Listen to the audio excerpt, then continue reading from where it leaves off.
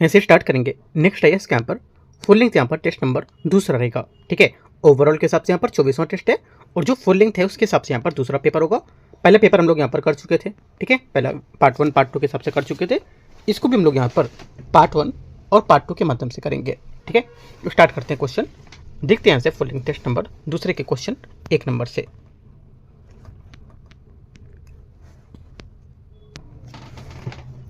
Question number 1 है, इसमें बोले भारत के संविधान के अनुच्छेद 35 के संबंध में विचार करना है। संसद को राज्य सरकार के अधीन कुछ नियोजन के लिए निवास स्थान के एक शर्त के रूप में निर्धारित करने का अधिकार होता है। पहली बात यहाँ से करेक्ट है। अनुच्छेद 17 के अंतर्गत अपराधों के लिए दंड निर्धारित करने का अधिकार राज्य विधानमंडल के पास होता है। सेकेंड बात गलत है, क्योंकि यहाँ पर ये जो राज्य विधानमंडल को अधिकार प्राप्त नहीं होता, इनके अलावा संविधान के अनुसार ऐसे कानून बनाना संसद के लिए अनिवार्य होगा। और यहाँ पर जो आर्टिकल 17 आर्टिकल 23 जैसे जो अपराध हैं इसके लिए दंड निर्धारित करने का अधिकार केवल संसद के पास होता है। संसद और राज्य विधानमंडल दोनों के पास उच्च न्यायालय के अतिरिक्त अन्य न्यायालयों को रिट जारी करने के लिए संसद बनाने का अधिकार होता है। तीसरी बात भी गलत है, क्योंकि अनुच्छेद 35 संसद को उच्चतम न्यायालय और उच्च न्यायालय के अलावा अन्य न्यायालयों को रिट जारी करने का अधिकार देती है। ठीक है, आर्टिकल 32 के तहत 1 करेक्ट है। एक यहाँ से आंसर हो जाएगा, ये यहाँ से करेक्ट आंसर है। क्वेश्चन नंबर 2, यहाँ से दूसरा क्वेश्चन है, भारतीय संविधान के संबंध में निम्नलिखित कथन पर विचार करना है। कथन 1, कथन 2, कथन 3। अनुच्छेद 14 के तहत आवश्यक नहीं है कि प्रत्येक कानून सभी व्यक्तियों के उसके पद की परवाह किए बिना सार्वभौमिक रूप से लागू हो। पहला, दूसरे का पहला स्टेटमेंट यहाँ से करेक्ट है। भारत के सर्वोच्च न्यायालय के अनुसार आर्टिकल 14 व्यक्तियों के युक्त जो वर्गीकरण होता है उसकी अनुमति देता है, बशर्ते ऐसा वर्गीकरण बुद्धिगम विवेक पर आधारित होना चाहिए। सेकेंड बात करेक्ट है और इसकी व्याख्या भी कर रहा है। ठीक है, तीसरी बात है, विधि का शासन संविधान की मूल संरचना जो होती है उसका एक अभिन्न अंग होता है। तीसरी बात भी करेक्ट है। बातें तीनों करेक्ट है, लेकिन 1 और 2 की व्याख्या करता है और तीसरे की व्याख्या एक नहीं करता है ना। लेकिन स्टेटमेंट सभी करेक्ट होंगे। आंसर क्या होगा?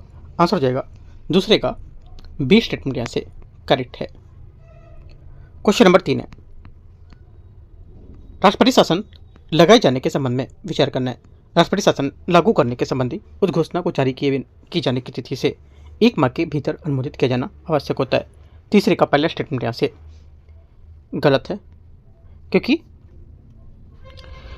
यहाँ पर किसी उद्घोषणा को दोनों सदनों के 2 महीने के भीतर अनुमोदित किया जाना आवश्यक होता है। राष्ट्रपति अपवाद के विपरीत जिसके लिए अनुमत विशेष बहुमत की आवश्यकता होती है और राष्ट्रपति शासन या उसके विस्तार का संकल्प साधारण बहुमत से पारित किया जाना। पहली बात गलत होगी। संसद के दोनों सदनों द्वारा अनुमोदित किए गए जाने के पश्चात ये 6 माह तक प्रभावी रहता है। सेकेंड बात सही है। राष्ट्रपति बिना संसदीय अनुमोदन की आवश्यकता के उद्घोषणा को निरस्त कर सकता है, सही होगा। चौथा, संसद राष्ट्रपति शासन को 1 वर्ष से अधिक अवधि केवल तभी बढ़ा सकता है जब राष्ट्रीय आपातकाल लागू हो, ये भी बस सही है। तीनों बातें करेक्ट है। आंसर क्या होगा? आंसर तीसरे का 1 गलत हो गया, 2, 3, 4 सही है। क्वेश्चन 4 है, भारत में चुनाव को नियंत्रित करने वाले संवैधानिक प्रावधान के संबंध में विचार करना है। संसद को राज्य विधानसभाओं के चुनावों से संबंधित किसी भी निर्वाचन विषय के संबंध में कानून बनाने की शक्ति प्राप्त होती है। चौथे का पहला स्टेटमेंट यहाँ से करेक्ट होगा। आर्टिकल 327 में स्पष्ट रूप से संसद को राज्य विधानमंडल के सदन को या किसी सदन के चुनाव में संबंधित सभी मामलों के कानून प्रावधान करने का अधिकार देता है। सेकेंड बात है, संसद विधि द्वारा लोकसभा के चुनाव में मतदान के अधिकार को किसी व्यक्ति को निवास न होने के आधार पर निर्भर घोषित कर सकती है। ये भी बात करेक्ट है, 326 आर्टिकल में बताई गई ये बात। ये आंसर क्या होगा? 1, 2 दोनों करेक्ट है, सी। क्वेश्चन 5 है, भारतीय संसद में विधायी प्रक्रिया के बारे में विचार करना है। विधेयक के प्रकार, राज्यसभा की भूमिका और राष्ट्रपति की अनुशंसा क्या होगी इस पर। पहली बात है, पहला बोला जो आर्टिकल 110 होता है, अनुच्छेद 110 होता है, उसके अंतर्गत धन विधेयक राज्यसभा द्वारा इसे स्वीकार नहीं किया सकता है और पूर्व स्थापना के लिए पूर्व अनुशंसा आवश्यक होती है। ये भी बात करेक्ट है। तीनों स्टेटमेंट यहाँ से करेक्ट होगा इसके, मतलब पहली बात के तीनों बातें यहाँ से सही हो गई। अनुच्छेद 117(1) के तहत वित्त विधेयक इसे राज्यसभा द्वारा पुनर्स्थापित नहीं किया सकता है। ये बात क्या होगा? क्योंकि यहाँ पर 117 के अंतर्गत वित्त विधेयक जो होता है, ये विधेयक जो होता है ये राज्यसभा में प्रस्तुत नहीं किया सकता है। धन विधेयक के विपरीत होगा ये, राइट। और इसके अंतर्गत वित्तीय विधेयक को राज्यसभा द्वारा अस्वीकृत या संशोधित किया जा सकता है और गतिरोध की स्थिति में संयुक्त बैठक बुलाई जा सकती है। ठीक है, तो ये बात गलत हो जाएगी। तीसरा, अनुच्छेद 117 का 3, 117 के 3 है, उसके तहत बोला है कि वित्त विधेयक जो होता है ये इसे राज्यसभा में पुनर्स्थापित किया जा सकता है।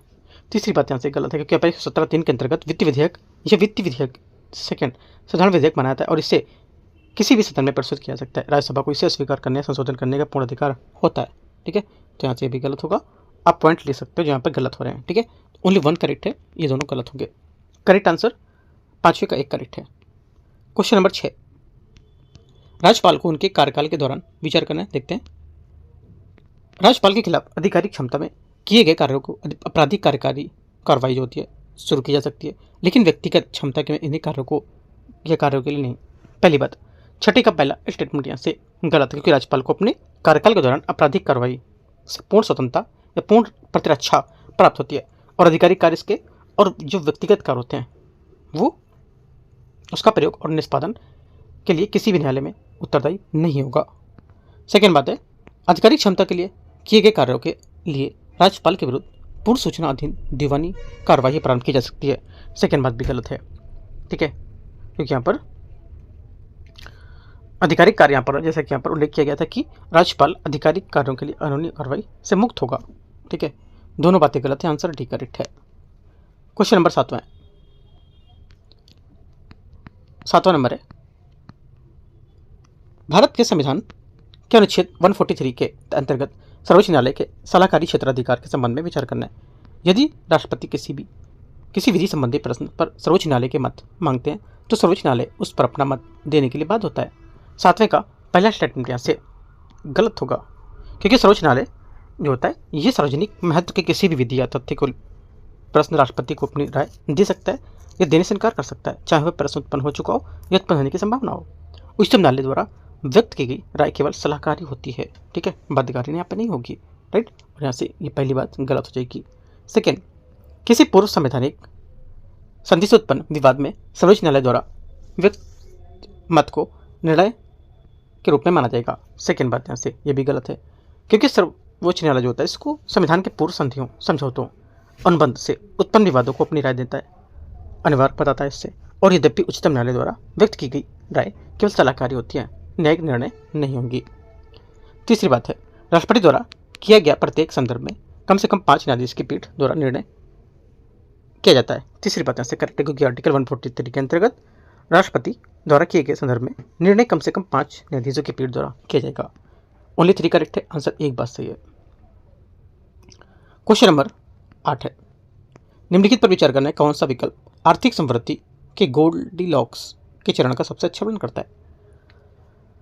गोल्डीलॉक्स अर्थव्यवस्था किसी भी देश के सर्वोत्तम स्थिति को बताता है और ये एक ऐसी अर्थव्यवस्था का वर्णन करता है जो न बहुत गर्म है और ना ही बहुत ठंडी, लेकिन यहाँ पर एकदम सही है। और यह मॉडल किसी देश को 2 खतरनाक चरम सीमाओं से बचने की मदद करता है। ठीक है, अत्यधिक गर्म अवस्था मतलब उच्च मुद्रास्फीति है ना, यह मतलब मुद्रास्फीति को करना, और कमजोर अर्थव्यवस्था मतलब धीमी समृद्धि। राइट, जो आंसर हो जाएगा बी, यहाँ से इसका सही आंसर होगा। ठीक है, ऐसे समझ सकते हो इसको। और स्थिर समृद्धि इसमें होती है और एक रोजगार की नीति होती है, 2 इसके विशेषताएं होती हैं। क्वेश्चन 9 है, भारतीय अर्थव्यवस्था के संबंध में निम्नलिखित कथन पर विचार करना है। पहली बात है, व्यापारिक साझेदारों की तुलना में भारत में उच्च घरेलू मुद्रास्फीति वास्तविक प्रभावी विनिमय दर ऋण को बढ़ाती है। 9वें का पहला स्टेटमेंट यहाँ से करेक्ट है। हम लोग ने अभी टॉपिक देखे थे अपने डेली टारगेट जो है उसमें रीढ़ के बहुत सारे क्वेश्चन किए थे, है ना। डेली टारगेट जो चलता है ना अपना डेली सुबह मॉर्निंग 9 बजे, उसके बाद फिर इसके क्वेश्चन कराए जाते हैं, तो वहाँ से रीढ़ का मैंने बहुत बार वहाँ पे बताए हैं चीज़ों को। पहली बात यहाँ से करेक्ट है। सांकेतिक प्रभावी विनिमय दर नीर जिसको बोलते हैं, उसमें वृद्धि विविध मुद्रा समूह के सापेक्ष रुपए के मूल्यह्रास को दर्शाती है। सेकेंड बात गलत है, क्योंकि नीर जो है विदेशी मुद्राओं के संबंध में घरेलू मुद्रा के द्विपक्षीय मौद्रिक विनिमय दर का भारित औसत होता है, और नीर सूचकांक में वृद्धि बास्केट के मुकाबले घरेलू मुद्रा के मूल्य में वृद्धि को इंगित करते हैं, ना कि मूल्यह्रास को। ओनली 1 करेक्ट है। आंसर क्या होगा 9वें का यहाँ से। अच्छा, तीसरा भी है, भारतीय रुपया उचित मूल्य तब मनाता है जब ऋण सूचकांक अपने आधार वर्ष के समीप होता है। तीसरी बात करेक्ट है, क्योंकि यहाँ पर जैसे कि रुपये को उचित मूल्य वाला तब मनाता है जब ऋण 100 के करीब हो या आधार वर्ष के मूल्य के बराबर हो। 1 और 3 करेक्ट है, सी। क्वेश्चन 10 है, केंद्रीय बजट 2026-27 में प्राप्तियों के संबंध में विचार करना है। उधार देयताएं, आयकर, निगम कर, जीएसटी तथा अन्य कर, केंद्रीय उत्पाद शुल्क। इनमें से बोला केंद्रीय बजट में कुल प्राप्तियों को इनकी घटती हुई हिस्सेदारी के आधार पर बताना है। सही क्रम क्या होगा? घटती हिस्सेदारी के हिसाब से बताएंगे तो आंसर हो जाएगा। एक तो पहला उधार देता है, ठीक है, कर यहाँ पर 24% योगदान करती है। आयकर करीब 21% योगदान देगी। निगम कर और इससे कम है कितना, 18%। जीएसटी आपका 15%। केंद्रीय उत्पाद शुल्क आपका मान लो इससे कम 6%। टोटल यहाँ से 10वें का एक करेक्ट होगा।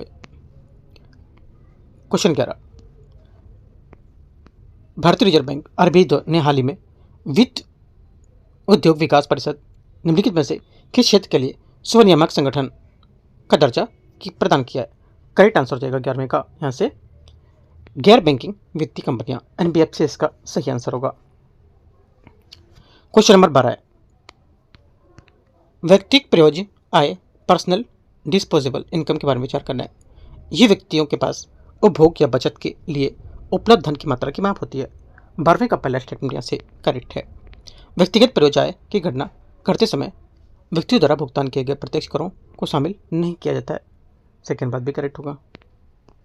तीसरा है, भारत की उच्च बचत दर के परिणाम स्वरूप अमेरिका की तुलना में व्यक्तिगत प्रयोज्य आय अधिक होती है। ये बात गलत है, क्योंकि अमेरिका की तुलना में घरेलू बचत दर अधिक होने के बावजूद भारत में व्यक्तिगत प्रयोज्य आय कम होती है, क्योंकि भारत में व्यक्तिगत आय अमेरिका की तुलना में काफ़ी कम है। ओनली 1 2 करेक्ट है। आंसर 12वें का ए यहाँ से सही आंसर होगा। क्वेश्चन 13 है, निम्नलिखित पर विचार करना है।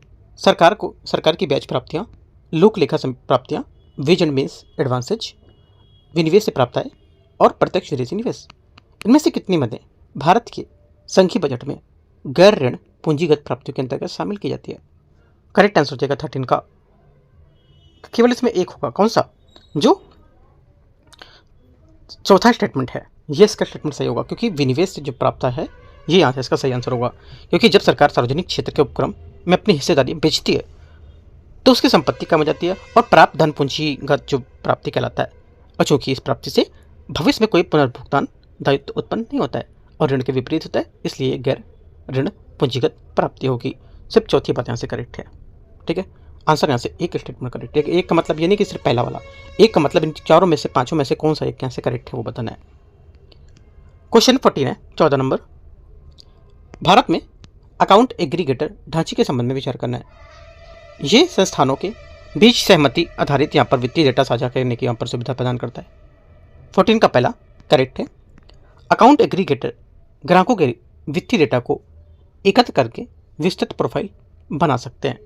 सेकेंड बात गलत है, क्योंकि अकाउंट एग्रीगेटर डेटा नहीं देख सकते हैं, वे केवल व्यक्ति के निर्देश और सहमति के आधार पर एक वित्तीय संस्थान दूसरे वित्तीय संस्थान से डेटा स्थानांतरित कर सकते हैं। नाम के विपरीत वे आपका डेटा एकत्रित नहीं कर पाएंगे। इसका उद्देश्य क्रेडिट और वित्तीय सेवाओं तक पहुंच को बेहतर बनाना होगा। तीसरी बात करेक्ट है। चौथा, इस ढांचे के तहत नामांकन सभी बैंक खाता धारकों के लिए अनिवार्य होगा। यह बात गलत है, यहाँ पर अनिवार्य नहीं है, ये स्वैच्छिक है एक तरह से, ठीक है। तो आंसर क्या होगा? ओनली 1 और 3 करेक्ट है, तो ए आंसर होगा। क्वेश्चन नंबर 15, आरएनए अंतरक्षेप आरएनए के बारे में विचार करना है। यह कोशिकीय क्रिया है जिसमें आरएनए अणु किसी जीन को व्यक्त करने से रोकते हैं। 15 का पहला स्टेटमेंट करेक्ट है।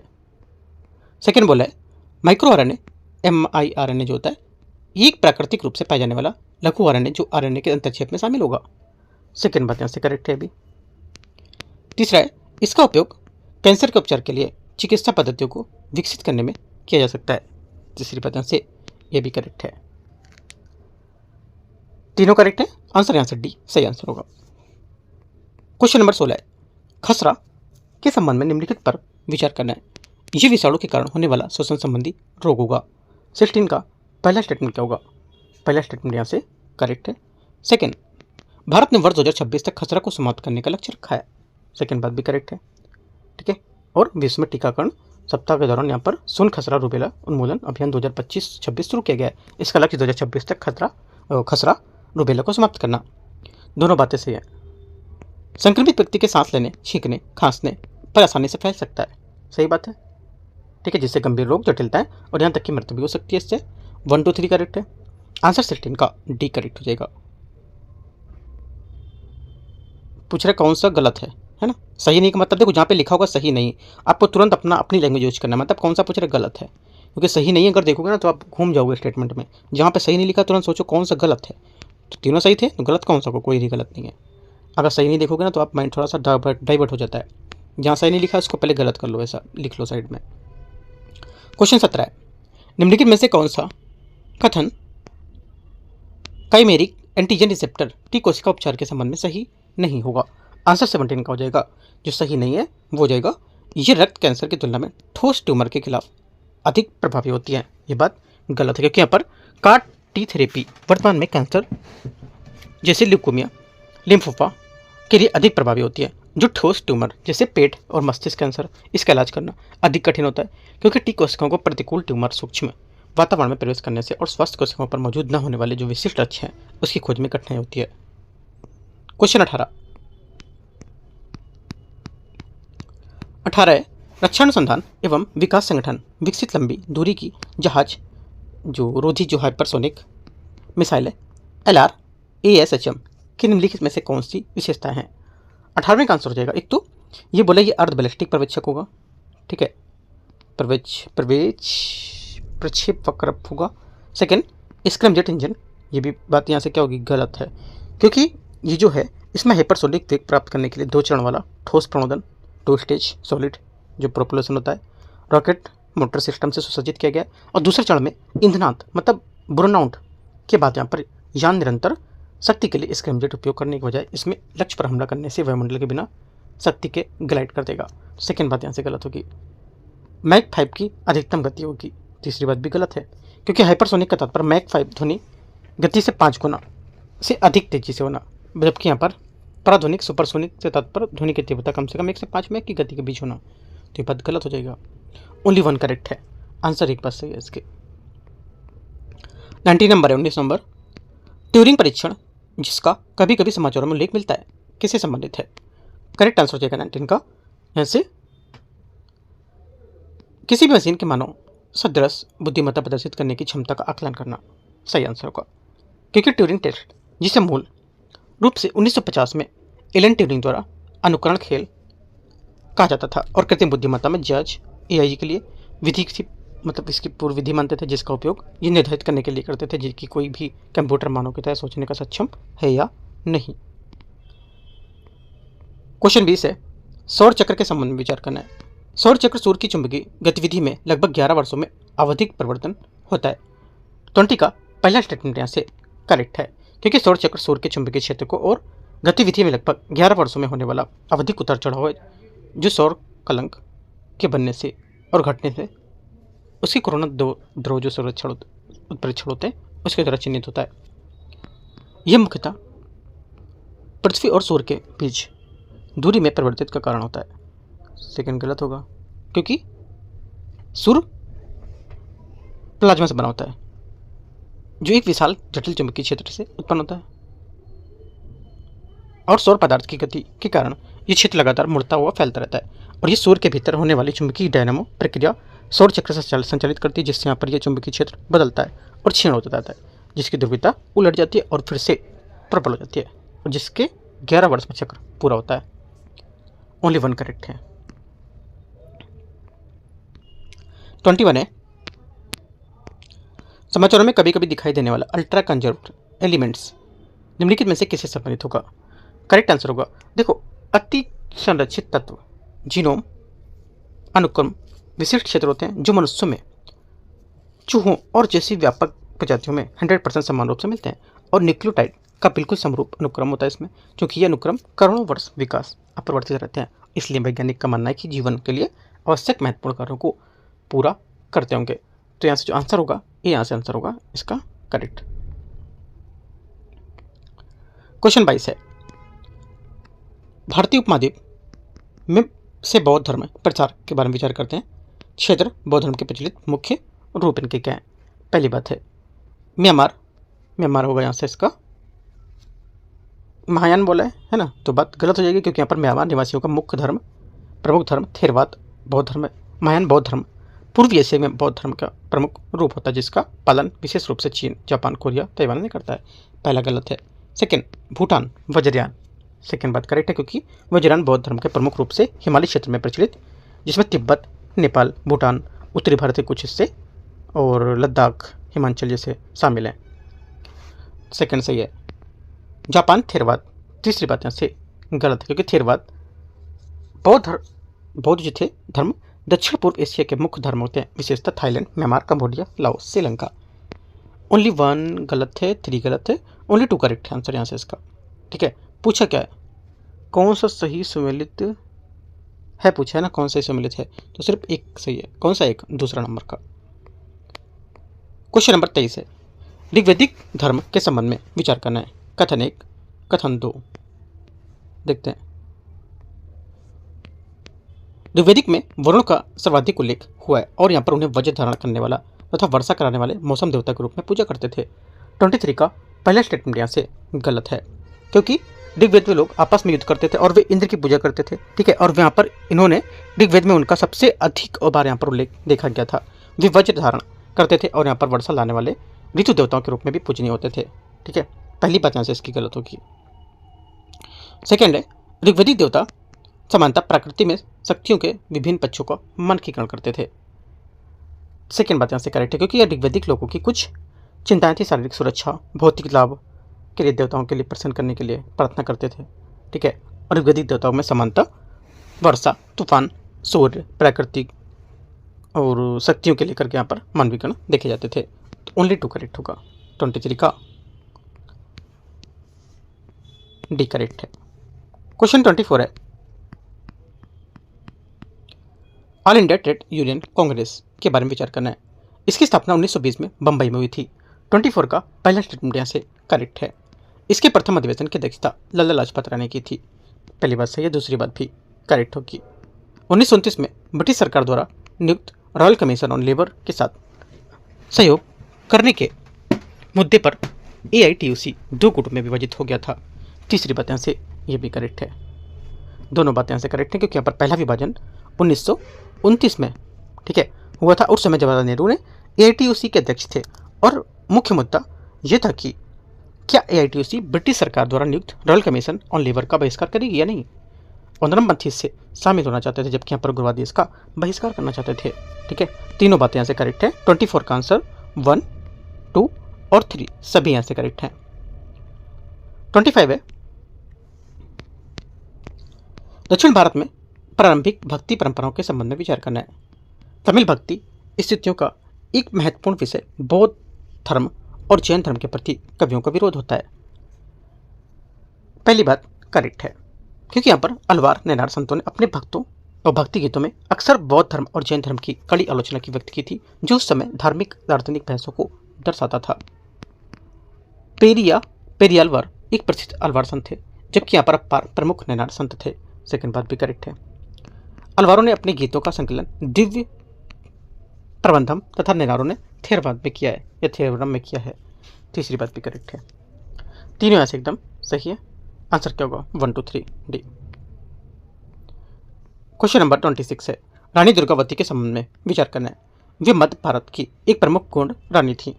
26 का पहला स्टेटमेंट यहाँ से करेक्ट है। रानी दुर्गावती 1524 से 1564 इनका टाइम पीरियड था। उसके मां पर महोबा के प्रसिद्ध चंदेल वंश की वंशज और मध्य भारत में गढ़ा कटंगा गोंड राज की रानी थी। पहली बात यहाँ से सही है। सेकंड है, उन्होंने मुगल सूबेदार आसफ खां के साथ वीरतापूर्वक युद्ध किया था। सही बात है। तीसरा, रानी दुर्गावती के साथ जो मुगलों की मुठभेड़ है ना, क्या होगा, मुगल होगा यहाँ पर, मुगलों की मुठभेड़ का वर्णन अकबर के इतिहास अबुल फजल में किया गया है। तीसरी बात भी करेक्ट है, क्योंकि मुगलों और रानी दुर्गावती के बीच हुई मुलाकात का दस्तावेजीकरण अबुल फजल और अन्य फारसी लेखकों में किया गया था। अबुल फजल ने लिखा था कि दुर्गावती सौंदर्य, गरिमा, साहस और वीरता का संगम थी। दुर्गावती की कहानी का वृत्तांत कई वर्षों बाद ब्रिटिश कर्नल स्लीमैन ने भी लिखा था। तीनों बातें यहाँ से करेक्ट है। डी आंसर होगा। 27 है, पावन विद्रोह के संबंध में विचार करना है। यह बंगाल में किसानों का विद्रोह था। 27 का पहला करेक्ट होगा। विद्रोह का मुख्य कारण जमींदारों द्वारा किसानों को उनकी भूमिका अधिकार से हटा देना था। सेकेंड बात भी करेक्ट होगा, क्योंकि यहाँ पर पावना के किसानों ने किराया वृद्धि का विरोध नहीं किया था और वास्तव में 1858 में और 1873 के बीच उन्होंने बिना किसी प्रतिरोध के अपने जमींदारों को किराया मांगों को स्वीकार कर लिया था और इस आंदोलन की जड़ जमींदारों के किराएदारों के नव प्राप्त अधिभोग में अधिकारियों को समाप्त कर दी गई थी। तो 1 2 करेक्ट है। तीसरा, केशव चंद्र राय और शंभूनाथ पाल इस विद्रोह के प्रमुख नेता थे। तीसरी बात भी करेक्ट है क्योंकि पाबना विद्रोह या पाबना किसान आंदोलन दो प्रमुख नेताओं केशव चंद्र राय और शंभूनाथ पाल थे, जिसमें से 1873 में लगभग एक दशक तक पाबना किसान आंदोलन ने जमींदारों को किसानों के लूटने का अधिकार धारणा को कमजोर कर दिया था और इसके अलावा यह आंदोलन ढाका, राजशाही, बेकरगंज, फरीदपुर, त्रिपुरा, बोगरा आदि क्षेत्रों में भी फैल गया था। 1 2 3 सभी यहां से करेक्ट है। सी। आगे आते हैं क्वेश्चन 28। निम्नलिखित में से जैन विद्वानों में किसने आदि पुराण की रचना की थी? जो जैन प्रथम जैन तीर्थंकर ऋषभदेव की संत चरित लेखन है जियोग्राफियों की। करेक्ट आंसर 28 का बी करेक्ट। यहाँ से जिनसेन यहाँ से सही आंसर होगा। जिनसेन या जिनसेना 9वीं शताब्दी ईसा पूर्व में रहने वाले एक प्रख्यात दिगंबर भिक्षु और विद्वान थे। उन्होंने आदि पुराण की रचना की और एक संस्कृत कविता है जो जैन धर्म के प्रथम तीर्थंकर ऋषभदेव, जिन्हें आदिनाथ के नाम से भी जानते थे, जीवन का वर्णन करती है। बी आंसर होगा। इसमें बोले निम्नलिखित पशुओं पर विचार करना है। बैक्टीरियन ऊंट, अल्पाका भेड़, वसंतक और लामा, इनमें से किन्हें उष्ट्रगण या कैमलिड के अंतर्गत शामिल किया जाता है? कैमलिड के अंतर्गत जिसे शामिल करते हैं, करेक्ट आंसर होगा इससे आपका एक तो बैक्टीरियन ऊंट, अल्पाका, ठीक है, और वसंतक और लामा, लेकिन भेड़ को नहीं करते है ना। ये बात गलत हो जाएगी भेड़ वाली, क्योंकि भेड़ पालतू जंतु है और वे ऊंट परिवार के सदस्य नहीं माने जाते हैं, ठीक है। और प्राचीन विश्व में ऊंट परिवार के ऊँटों में 3 श्रेणियाँ शामिल थी, जैसे कोई कुबड़ वाला ऊँट, 2 कुबड़ वाला ऊँट और पालतू बैक्टीरियन ऊँट और गंभीर रूप से संकटग्रस्त 1 बैक्टीरियन ऊँट, ऐसे 3 मानते थे, ठीक है। तो एक्स्ट्रा जानकारी है वो, लेकिन 4 बातें से इसकी करेक्ट हैं। क्वेश्चन 30 है। क्वेश्चन 30 है, बायोडीजल के संबंध में निम्नलिखित पर विचार करना है। बायोडीजल मुख्यतः गन्ने तथा अन्य जैवभार के कीड़वन से निर्मित होता है। 30 का पहला स्टेटमेंट यहाँ से गलत है, क्योंकि गन्ने जैसे बायोमास का कीड़वन बायोइथेनॉल के उत्पादन में प्रयोग किया जाता है, न कि बायोडीजल में। भारत सरकार ने वर्ष 2030 तक डीजल में 5% बायोडीजल सम्मिश्रण करने का लक्ष्य निर्धारण किया है। सेकेंड बात करेक्ट है। ओनली 2 करेक्ट है। आंसर क्या होगा? दूसरा करेक्ट है, तो 30 का आंसर हो जाएगा आपका बी। यहाँ से सही आंसर है। क्वेश्चन नंबर 31 है, वायुमंडल में कणी पदार्थ के संबंध में विचार करना है। कणी पदार्थ वायु में निलंबित ठोस कणों तथा द्रव एरोसोल दोनों में शामिल होते हैं। 31 का पहला स्टेटमेंट यहाँ से करेक्ट होगा। सेकेंड, परिवेशी कण पदार्थ जलवायु तंत्र का उसमें ऊष्मन तथा शीतलन दोनों प्रकार के प्रभाव को प्रदर्शित करते हैं। सेकेंड भी सही होगा। PM10 की तुलना में PM2.5 अपने बड़े कण के आकार के कारण स्वास्थ्य के प्रतिकूल प्रभाव के अधिक अनुपात में जुड़ा होता है। तीसरी बात भी करेक्ट होगा। तीनों बातें से एकदम करेक्ट है। वायुमंडलीय कण की जो पदार्थ है PM के बारे में, आंसर क्या होगा? पार्टिकुलर मैटर, ठीक है। ए यहाँ से तीसरा भी सही। हाँ, तो आंसर ए नहीं होगा, तीनों करेक्ट है, तो 1 2 3 का आंसर होगा डी करेक्ट होगा, है ना, सही पूछा है तो। 32 है, निम्नलिखित में से कौन सा जीव इकोलोकेशन तकनीकी का उपयोग करते हैं जो परावर्तित ध्वनि तरंगों की सहायता से दूर या अदृश्य वस्तुओं के स्थान पर निर्धारित करने में मदद करती है? यूपीएससी इस टाइप का क्वेश्चन पहले पूछ चुका है एक बार, थोड़ा सा घुमा के पूछा लेकिन ये, है ना। तो देखो जो आंसर होगा 32 का, आपको भी पता होगा अगर थोड़ा सा अपने डीप में पढ़ा है इन्वायरमेंट को, तो जो आंसर हो जाएगा पहला स्टेटमेंट यहाँ से डॉल्फिन, यहाँ से क्या होगा? एकदम करेक्ट है। यही वाला स्टेटमेंट घुमाने की बात कही गई थी ना, ये सही है। चमगादड़ क्या होगा? चमगादड़ भी सही है, लेकिन यहाँ से गरुड़ ईगल गलत होगा। यहाँ से ईगल नहीं होगा, क्योंकि ईगल इकोलोकेशन का उपयोग नहीं करती है, वह दूर ही शिकार करने को पहचानने के लिए अपनी असाधारण रूप से तेज दृष्टि पर निर्भर करती है, ठीक है। हार्बर पोर्पोइज ये करेक्ट है, क्योंकि डॉल्फिन की तरह हार्बर पोर्पोइज समुद्री वातावरण में दिशा निर्देश के शिकार करने के लिए इकोलोकेशन का उपयोग करता है और वे उच्च आवृत्ति वाली क्लिक ध्वनि उत्सर्जित करती हैं जो वस्तुओं से टकराकर वापस उछलती है और उन्हें ध्वनि के माध्यम से दिखने में मदद करती है। 1 3 4 सही है ना? नहीं 1 2 4 सही है, तीसरा गलत है। 1 2 4 हाँ ठीक है, 1 2 4 सही है, तो आंसर हो जाएगा आपका सी करेक्ट है ना, 1 2 4 सी। 33 है, निम्नलिखित गैसों पर विचार करना है। Carbon dioxide, sulphur dioxide, methane, जलवाष्प, fluorocarbon, ozone, right. Nitrous oxide. इनमें से कितनी गैसें पृथ्वी के वायुमंडल में प्राकृतिक रूप से पाई जाने वाली प्रमुख ग्रीन हाउस गैसें मानी जाती हैं? आंसर हो जाएगा 33 का करेक्ट आंसर। यहाँ से केवल 5 होंगी इनमें से, 1 3 4 6 7। ठीक है, इनमें से सल्फर डाइऑक्साइड नहीं होती है और क्लोरोफ्लोरोकार्बन इसमें नहीं होगी। ठीक है, याद रखना है। सी यहाँ से करेक्ट आंसर है। 34 है, भारत के कुछ भागों में भूजल आर्सेनिक प्रदूषण के मुख्य कारण निम्नलिखित में से कौन से होंगे? मुख्य क्या जो कारण होगा मुख्य, ये हो जाएगा जलोढ़ अवसादों में उपस्थित आर्सेनिक युक्त खनिज से आर्सेनिक प्राकृतिक उत्सर्जन होना। बी यहाँ से 34 का आंसर होगा, क्योंकि भारत में भौमजल आर्सेनिक का प्रदूषण भूगर्भीय कारणों से होता है, जो अनुकूल दशाओं में मृदा जलभृत से आर्सेनिक से निर्मुक्त होने वाले परिणाम स्वरूप होगा, और कुछ जैव रासायनिक दशाओं में आर्सेनिक अवसादों में भौमजल प्रवेश करता है। 35 है, भारत में बाघ संरक्षण प्रयास के बारे में विचार करना है।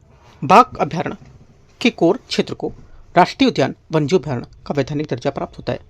35 का पहला स्टेटमेंट यहाँ से करेक्ट है।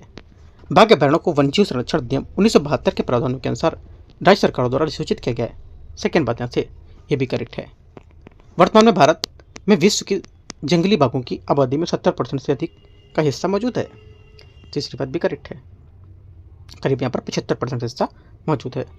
तीनों बातें सही है। सी 36 है, निम्नलिखित पर विचार करना है। ये क्षेत्र प्राय समाचारों में रहते थे और यहाँ पे कौन से देश हैं, ये किससे यहाँ पर कौन कौन से देश के प्रति यहाँ पर न्यूज़ में रहते थे? जैसे उत्तरी किवू, ये रवांडा, क्योंकि यहाँ पर गलत होगा, क्योंकि यहाँ पर डेमोक्रेटिक रिपब्लिक ऑफ कांगो के उत्तरी किवू प्रांत में एक संघर्ष चला था, जिसे मुख्य रूप से M23 विद्रोह समूह, कांगो सेना और संबद्ध मिलिशिया के अवरोध शामिल था। रवांडा गलत होगा। मस्कट यूएई, ये बात गलत है, क्योंकि ओमान में स्थित मस्कट वह स्थान है जहाँ संयुक्त राज्य अमेरिका और ईरान ने ईरान के परमाणु कार्यक्रम व्यापक क्षेत्रीय चिंताओं को दूर करने के लिए उच्च स्तरीय परमाणु वार्ता की थी। गलत होगा। म्यावांडी, कंबोडिया, तीसरी बात यहाँ से गलत है भी, क्योंकि म्यावांडी में क्षेत्र म्यांमार में, कंबोडिया में नहीं। तीनों बातें गलत है। 36 का आंसर डी, कोई सही नहीं है। वह देश जिसने भ्रष्टाचार के लड़ने के लिए दुनिया का पहला AI जनित मंत्री नियुक्त किया वह कौन है? आंसर हो जाएगा 37 का करेक्ट आंसर, अल्बानिया इसका सही आंसर है। अल्बानिया वह देश है जिसने भ्रष्टाचार से लड़ने और सार्वजनिक सेवा के वितरण सुधार करने के लिए समर्पित विश्व के पहले AI जनित मंत्री या आवासीय सहायक पेश किया है। 38 है, निम्नलिखित में से कौन सा किम्बरले प्रक्रिया के प्रमुख उद्देश्य का सर्वोत्तम वर्णन करता है, जिसका उल्लेख कभी कभी समाचारों में होता है? आंसर हो जाएगा 38 का किम्बरले प्रक्रिया की पूर्ण बैठक भारत को 1 जनवरी 2026 से किम्बरले प्रक्रिया की अध्यक्षता संभालने के लिए चुना गया है। और किम्बरले प्रक्रिया एक त्रिपक्षीय पहल होगी, जिसमें सरकारें, अंतर्राष्ट्रीय हीरा उद्योग और नागरिक समाज शामिल होंगे, जिसका उद्देश्य होगा कि संघर्ष वाले हीरों के व्यापार को रोकना। और वे कच्चे हीरे होते हैं जिनका उपयोग विद्रोही या समूह उनके द्वारा संघर्ष को लेकर के जो वित्त पोषित करते हैं। ठीक है, करेक्ट आंसर 38 का बी आंसर सही होगा। ठीक है, संघर्ष हीरो को जो रोकना व्यापार को। आगे आते क्वेश्चन 39, भारत सरकार की बोई 3 नीति के अंतर्गत आने वाले विषयगत उपक्षेप के बारे में स्मार्ट प्रोटीन के बारे में विचार करना है। ये मुख्य रूप से गैर जंतु स्रोत से प्राप्त होते हैं। 39 का पहला करेक्ट है। पारंपरिक प्रोटीन स्रोतों की तुलना में इनके लिए कम भूमि, जल और ऊर्जा आवश्यकता होती है। सेकेंड बात भी सही है, क्योंकि यहाँ पर स्मार्ट प्रोटीन उत्पादन की ओर बदलाव का मुख्य कारण पर्यावरणीय स्थिरता होना और पारंपरिक पशुपालन जो होती है उससे तुलना में स्मार्ट प्रोटीन उत्पादन संसाधनों का कहीं अधिक कुशलतापूर्वक उपयोग करती है। इससे समानता काफ़ी कम भूमि और कम जल की आवश्यकता होती है और कार्बन उत्सर्जन भी काफ़ी कम होता है। दोनों बातें करेक्ट हैं। Answer C. क्वेश्चन 40 है, हाल ही में भारत के संविधान को ओल चिकी लिपि में जारी किया गया था। ओल चिकी लिपि निम्नलिखित में से किस भाषा से संबंधित है? ओल चिकी का निर्माण 1925 में पंडित रघुनाथ मुर्मू ने किया था, विशेष रूप से संथाली भाषा के लिए किया था। आंसर क्या होगा? संथाली करेक्ट होगा इसका। ठीक है। 41 है, समाचारों में रही कभी कभी देखने वाला ऑरेंज इकोनॉमी शब्द किसका सर्वोत्तम वर्णन करता है? करेक्ट आंसर हो जाएगा ऑरेंज इकोनॉमी का हिसाब से 41 का सही आंसर बी। कला, संस्कृति, मीडिया, डिजाइन और मनोरंजन जैसे रचनात्मक उद्योगों पर आधारित आर्थिक गतिविधियाँ। Correct answer B. 42 अंतर उष्णकटिबंधीय अभिसरण क्षेत्र ITCZ ऋतुवत संचलन के बारे में विचार करना है। जुलाई के दौरान ITCZ भारतीय उपमहाद्वीप के ऊपर उत्तर की ओर विस्थापित हो जाता है तथा गंगा के मैदान के ऊपर आरोपित वायु के क्षेत्र के साथ मिल जाता है। 42 का पहला स्टेटमेंट यहाँ से करेक्ट है। सेकेंड, उत्तर पश्चिम भारत में तापीय निम्न दाब का निर्माण ITCZ ध्रुवों की ओर विस्थापित होने से संबंधित होगा। सेकेंड बात भी यहाँ से करेक्ट है, दोनों बातें करेक्ट हैं। ठीक है, आंसर क्या होगा? 42 का 1 और 2 सही है। 43 आते हैं, 43 नंबर क्वेश्चन, नियाग्रा जलप्रपात के बारे में विचार करना है। नियाग्रा जलप्रपात निम्नलिखित में से किन दो झीलों के बीच स्थित है? करेक्ट आंसर 43 का हो जाएगा एरी झील और ओंटारियो झील। नियाग्रा जलप्रपात नियाग्रा नदी पर स्थित जो एक एरी झील और ओंटारियो झील के जोड़ती है और एरी नदी झील ऊंचाई ओंटारियो झील की ओर बहती है, जिससे यहाँ पर प्रवाह के दौरान तीव्र ढाल की ओर चट्टानी परतों का कटाव के कारण जलप्रपात बनता है। बी यहाँ से करेक्ट होगा। 44 है, भारत के ज्वालामुखी द्वीपों के संबंध में विचार करना है। बरन द्वीप भारत का एकमात्र ज्वालामुखी है जिसमें ऐतिहासिक काल उद्गार की गतिविधि दर्ज की गई है। 44 का पहला स्टेटमेंट यहाँ से करेक्ट है। दूसरा बोला है नारकोंडम एक मृत ज्वालामुखी है जिसका हवाई निर्माण द्वीप समूह के समान तप्त स्थल ज्वालामुखी गतिविधि के कारण हुआ है। सेकेंड बात गलत है क्योंकि नारकोंडम द्वीप अंडमान क्षेत्र में स्थित एक ज्वालामुखी का समांतर निष्क्रिय ज्वालामुखी के रूप में वर्गीकृत किया गया। ये एक प्रविष्ठन संबंधी ज्वालामुखी गतिविधि से जुड़ा है, न कि हवाई द्वीप समूह से। तीसरा है, अंडमान क्षेत्र में ज्वालामुखी द्वीप पूर्वी हिंद महासागर में भारतीय और ऑस्ट्रेलियाई प्लेटों के अपसरण के संबंधित होगा। तीसरी बात भी गलत है क्योंकि अंडमान ज्वालामुखी द्वीपों में भारतीय प्लेट और बर्मा माइक्रो प्लेट के बीच अभिसारी प्लेट सीमा जहाँ एक प्लेट दूसरी प्लेट के नीचे दर जाती है उससे संबंधित होगा, ना कि अपसारी प्लेट एक दूसरे से दूर जाना। दोनों गलत है, सिर्फ पहला करेक्ट था। 45 है, प्रशांत महासागर में प्रवाहित होने वाली महासागरीय धारा के बारे में विचार करना है। ये उत्तर पूर्वी व्यापारिक पवनों के प्रभाव से पश्चिम की ओर प्रवाहित होने वाली एक गर्म जलधाराओं की पहली बात। 45 का पहला स्टेटमेंट यहाँ से गलत होगा क्योंकि भूमध्यरेखीय प्रतिधारा पूर्व दिशा में बहती है। सेकेंड, ये उष्णकटिबंधीय उत्तरी प्रशांत क्षेत्र में पाई जाती है और उत्तरी प्रशांत उपोष्णकटिबंधीय वलय के दक्षिणी भाग का निर्माण करती है। सेकेंड बात यहाँ से क्या होगी? सेकेंड बात यहाँ से अच्छा, ये बात बता रहा है कि किसकी बात सही होगी ना, मतलब किसको लेकर के बात कर रहा है। देखो ये बात कर रहा है किसको लेकर के, ये उत्तरी भूमध्यरेखीय की बात कर रहा है ना। मुझे लगा कि यहाँ पर भूमध्यरेखीय प्रतिधारा की बात कर रहा है, क्रोसिक बात कर रहा है, उसके बारे में ऐसा गलत होगा। तो ये बात कर रहा है जो दोनों स्टेटमेंट ये बात कर रहे हैं उत्तरी भूमध्यरेखीय धारा के बारे में बात करेंगे। ठीक है, मैं क्वेश्चन थोड़ा समझ नहीं पाया था, मैं इसके बारे में सोचने लगा कि इसके बारे में पूछ रहा है। तो क्या होगा? 1 2 दोनों करेक्ट हैं अगर उत्तरी भूमध्यरेखीय धारा की बात करेंगे तो। 46 है, भारत के निम्नलिखित राज्यों पर विचार करना है। गुजरात, महाराष्ट्र, केरल, तेलंगाना। उपयुक्त राज्यों में से कितने राज्यों को समानता भारत के प्रमुख कपास उत्पादक राज्य माने जाते हैं? आंसर हो जाएगा 46 का करेक्ट आंसर केवल 3। कौन कौन सा? एक तो पहला गुजरात, दूसरा महाराष्ट्र और चौथा तेलंगाना। केरल इसमें नहीं होगा, सी। 47 है, हाल ही में आए सुपर चक्रवात रागासा के संबंध में विचार करना है। सुपर टाइफून शब्द का प्रयोग हिंद महासागर क्षेत्र में आने वाले अत्यंत तीव्र उष्णकटिबंधीय चक्रवातों को वर्णन करने के लिए किया जाता है। 47 का पहला स्टेटमेंट यहाँ से गलत होगा क्योंकि सुपर टाइफून अत्यधिक तीव्र उष्णकटिबंधीय चक्रवातों के लिए इस्तेमाल किया जाने वाला नाम जो है उस शब्द का प्रयोग पश्चिमी प्रशांत महासागर में किया था, ना कि हिंद महासागर क्षेत्र में। और हिंद महासागर में ऐसी प्रणालियाँ को सुपर साइक्लोनिक स्टॉर्म कहा जाता है। और ये वर्गीकरण जो भारतीय मौसम विज्ञान विभाग द्वारा अत्यधिक तीव्र चक्रवातों के लिए किया जाता था। पहली बात गलत होगी। पश्चिमी प्रशांत बेसिन में आने वाले उष्णकटिबंधीय चक्रवात का नामकरण विशेष रूप से भारतीय मौसम विज्ञान द्वारा किया जाता था। सेकेंड बात यहाँ से भी गलत है क्योंकि पश्चिमी प्रशांत उष्णकटिबंधीय चक्रवात का नामकरण IMD द्वारा नहीं बल्कि यहाँ पर नामकरण संबंध में मौसम विज्ञान संगठन WMO द्वारा वर्ल्ड मेट्रोलॉजिकल ऑर्गेनाइजेशन जो होता है उसके क्षेत्रीय निकायों द्वारा किया जाता है। दोनों बातें गलत है। 47 का आंसर सी गलत पूछा है तो। 48 है, देशांतर रेखाओं के संबंध में विचार करना है। देशांतर रेखाएं उत्तरी ध्रुव और दक्षिण ध्रुव को जोड़ने वाली अर्धवृत्त होती है। पहली बात करेक्ट है। सभी देशांतर रेखाओं की लंबाई बराबर होती है, एकदम बात करेक्ट है।